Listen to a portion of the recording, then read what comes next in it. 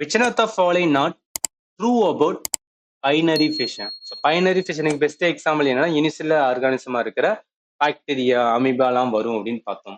இப்போ என்ன சொல்றாங்க இது நாட் ட்ரூன்னு கேட்குறாங்க. யூனிசெல்லுலர் ஆர்கானிசம் ஆக்குறாங்கன்னா எஸ் ஆகும். ஃபாஸ்ட் அண்ட் எஃபிஷியன்ட் உண்மைதான்.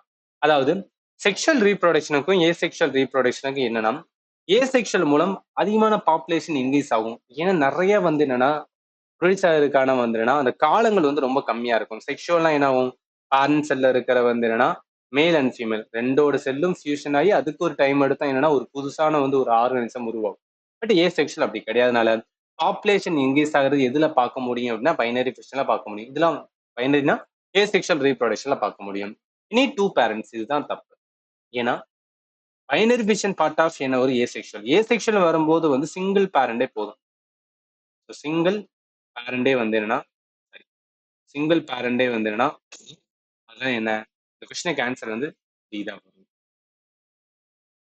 ஜஸ்ட் கொடுத்துருக்கேன். ஏசெக்ஷுவல் ரீப்ரொடக்ஷன் பொறுத்தளவுக்கு என்னன்னா natural method and artificial method அப்படின்னு சொல்லுவாங்க. நேச்சுரல் மெத்தட் ஒவ்வொன்றா டீட்டெயில் லேர்ன் பண்ணுவோம். ஆர்டிஃபிஷியல் மெத்தட் எல்லாமே என்னன்னா நம்ம லேப்ல இல்ல வந்து நம்மளா வந்து என்ன பண்ணிருப்போம்னு வச்சுக்கோங்க. அதாவது ஹியூமனால வந்து என்னன்னா நம்ம வந்து உருவாக்கி இருப்போம். நெக்ஸ்ட் போலாம். At maturity, organism break into the smaller pieces, which grow into the new individual.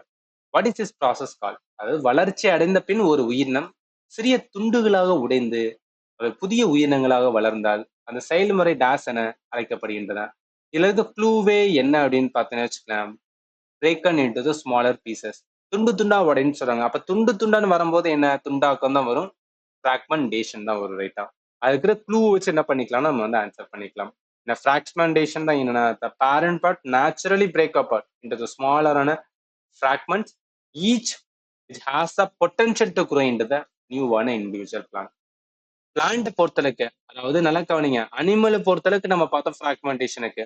அதே இது பிளான்ட்ல பார்த்தோம் தாவரங்கள்ல பார்க்கும்போது அக்வாட்டிக் பிளான்ட் மொசஸ் எல்லாமே என்னென்ன பாசிகள் எல்லாமே எதுக்கு எக்ஸாம்லாம் துண்டு துண்டாகிறது அதுக்கான ஏசெக்ஷுவல் ரீப்ரொடக்ஷன் தான் வந்து ஃபாலோ பண்ணுது.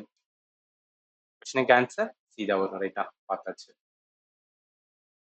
அடுத்து some of the following method of asexual reproduction allow a new organism to develop from a cut or broken body part. So அந்த broken body அப்படின்னு வரும்போது என்ன ஃப்ராக்மெண்டேஷன் நாவத்தில் வச்சு துண்டு துண்டா உடையது இல்லை broken ஆகிறது இந்த மாதிரி வந்தாவே என்னன்னா ஃப்ராக்மெண்டேஷன் தான்.